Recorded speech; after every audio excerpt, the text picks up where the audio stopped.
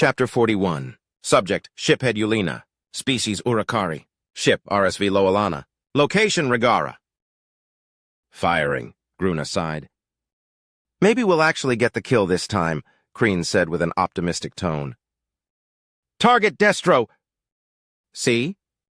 By the Mac round of a U.S. destroyer. Ah! We'll get them next time, I interjected. I didn't believe a single word that came out of my mouth. In a way, our situation was kind of funny. I had been worried that fighting to get us involved in the battle would get us all killed, yet we were the safest and most bored that we'd ever been. Even listening to diplomats prattle on aboard the USSS Thanatos would be more exciting than this. Shiphead, with all due respect, I feel like we're way out of our league here, Kron said. Well, yeah. It took us a few decades to build up to the point where we could push the OU back a bit. Knowing what we know now, our successes were pretty much just luck, Kryn laughed. If all the ships that the OU had in the Milky Way came at us at once, we'd have been lucky to keep it at a stalemate. This, however, is a battle to end that war. We were never meant to be here. The United Systems just dragged us along for the ride. A murmur of disgruntled agreement washed over the bridge. Even I couldn't argue with her assessment. It would certainly be fair to say that the U.S. had not been entirely prepared for this conflict when we dragged it to their space. But you wouldn't know it now, and the speed in which they had adapted was absolutely terrifying. Even with all of my experiences with the humans, Alumari, Nuknu, and Gaunt, I had been under the delusion that our presence here would make a difference. I had argued with my father, claiming that the U.S. needed all the help they could get. But even after a week of combat, we hadn't managed to secure a single kill. Instead, we were maintaining a symbolic position within the fleet, unable to fight or be fought due to the deadliness of the ships around us. Shiphead, may I get us a little further away from the pack? Kron asked. And there it was, the question that I had been dreading. I had expected days earlier, so I'd had the chance to practice my reply. Is our ego so bruised that we must actively risk our lives unnecessarily just to soothe it? I replied. The silence that fell aboard the bridge was my answer. There's no arguing that it's stupid, but each and every one of us were warriors at heart, and we needed to do something. I took a deep breath and released it in a sigh. So be it. Let us hunt, then. There were a few quiet celebratory sounds from the crew as Kron began to break formation. I expected to receive some form of reprimand from the United Systems forces, but none came. Instead, I watched some of the ships make way for us on the TAC map. It brought a small smile to my face when I realized that they understood. I've located a good target, Kreen said. They're banged up, but still capable of putting up a fight. Must have taken a glancing blow, I replied. Or taken a round that traveled through another ship or two. Getting us into position, Kron reported. Kreen worked on her terminal, and the TAC map highlighted the position of our target. It also showed U.S. ships disappearing and reappearing, using their FTLDs to make small jumps to avoid incoming fire and get better firing positions, a tactic which I desperately wished we could imitate. That's not to say that the United Systems hadn't been extremely kind to the RSV Loalana. Our ship had received every upgrade that the treaty between the U.S. and the Republic would allow, so much so that it's entirely possible that the Loalana has been made into the most advanced Republic space vessel to ever exist. Even so, our technology was still several generations behind even the most outdated U.S. ship. The TAC map that had been installed on our bridge was perfectly capable of displaying tracked projectiles, yet our sensors were only capable of picking up projectiles of certain mass, only displaying smaller ones when they were far too close for comfort, an issue which came to my attention as the ship we were hunting began to fire at us. Evasive maneuvers, I ordered. Kron fired our deck thrusters and barely managed to move us out of the way of the OU ship's initial volley. The Mac rounds ripped past us at speeds which would have surely disabled our shield. Then came the missiles, but those were much less of a threat. Point defense lasers firing, Gruna reported. They're holding up pretty nicely for being a patch job, Luna added. I was worried that the U.S. engineers had rushed things. Guess they really do just work faster than us. The OU's missiles exploded before they reached us, causing a brief period of interference with our sensors. Another issue that I was certain that the U.S. didn't have to deal with. Any chance of getting under the enemy? I asked. No, shiphead, Kron replied. It's tracking us. Well, I suppose we'll have to track it right back. I want a firing solution. Yes, sir.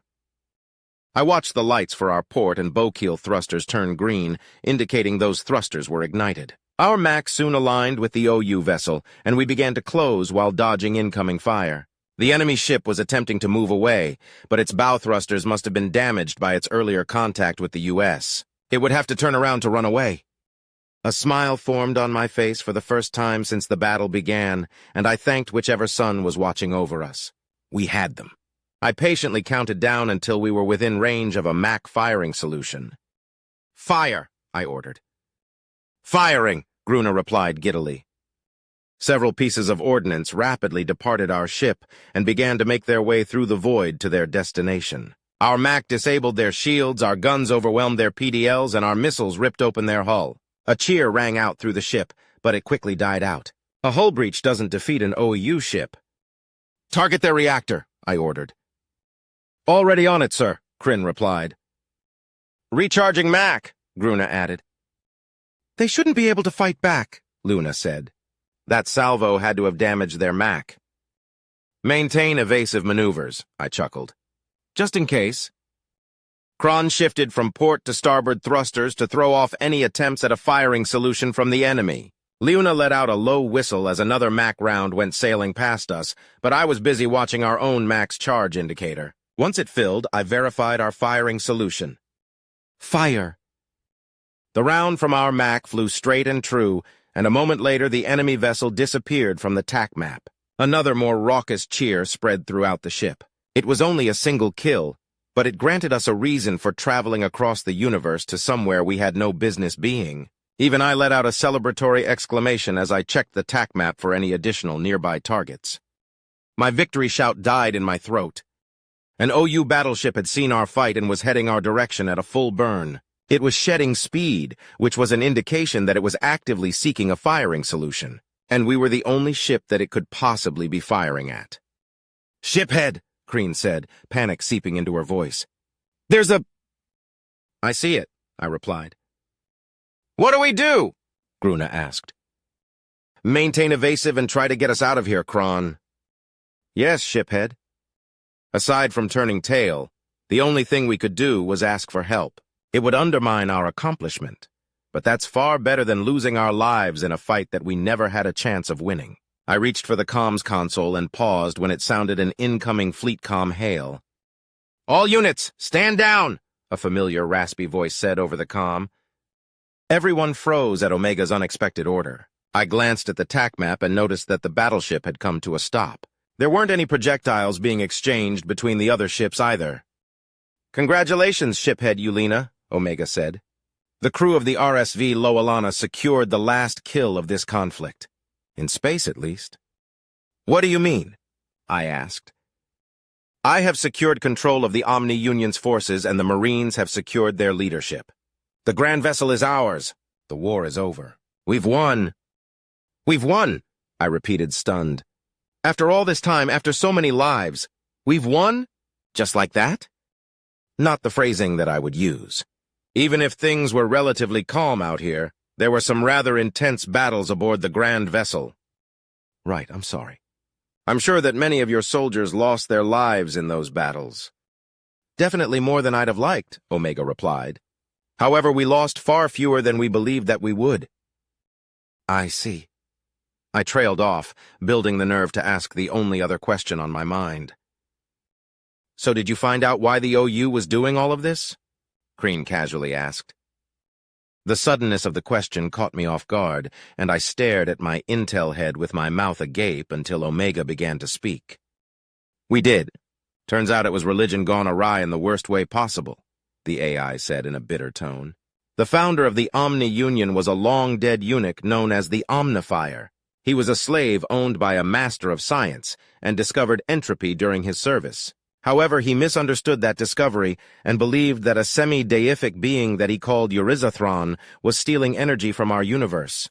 The scientific minds of the time seemed to understand that entropy is simply a matter of equilibrium, and dismissed this eunuch's findings. A slave rebellion was likely already brewing, but the Omnifier's impassioned claims of an extra-universal devourer lit a spark that led to him leading that rebellion. Must have succeeded, I said. Indeed. The Omnifier overthrew that government and began a religion, the Omni-Union, dedicated to defeating Euryzathron. That was the purpose of the Grand Vessel. We actually got quite lucky because once the hull was complete, it would have been armed to the teeth. We wouldn't have stood a chance against it. What do you think they would have done once they figured out that Euryzathron was a myth? Crean asked. There were definitely those who realized that already. Those that spoke up were executed for heresy and dissidence, of course. However, I found it particularly interesting that if the Omni-Union was unable to defeat Euryzathron, which would have definitely been the case due to its non-existence, the Grand Vessel would instead serve as an extra-universal habitat. It indicates a possibility that someone with power within the OU knew that the Omnifier was wrong. But to answer your question, given the political similarities to historical governing entities, it is likely that they would eventually have attempted to conquer the universe. I see, I sighed. So, what now? Now we get you home. The United Systems will maintain control of the Grand Vessel and will lead efforts to rehome its denizens.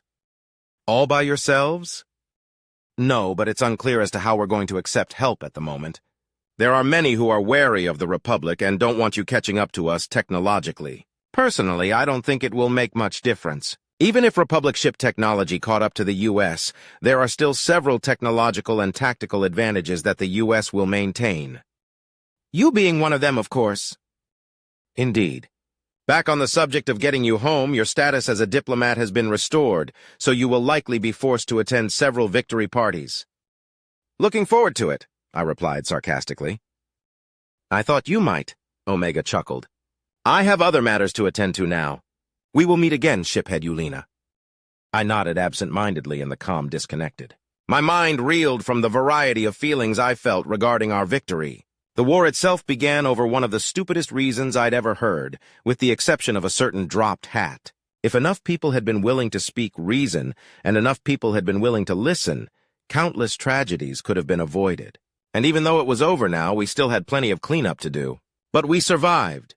And we ended the threat to our galaxy and all of the other galaxies that the Omni-Union threatened. That, at least, was something to be glad for. Let's go home, I said with a heartfelt smile.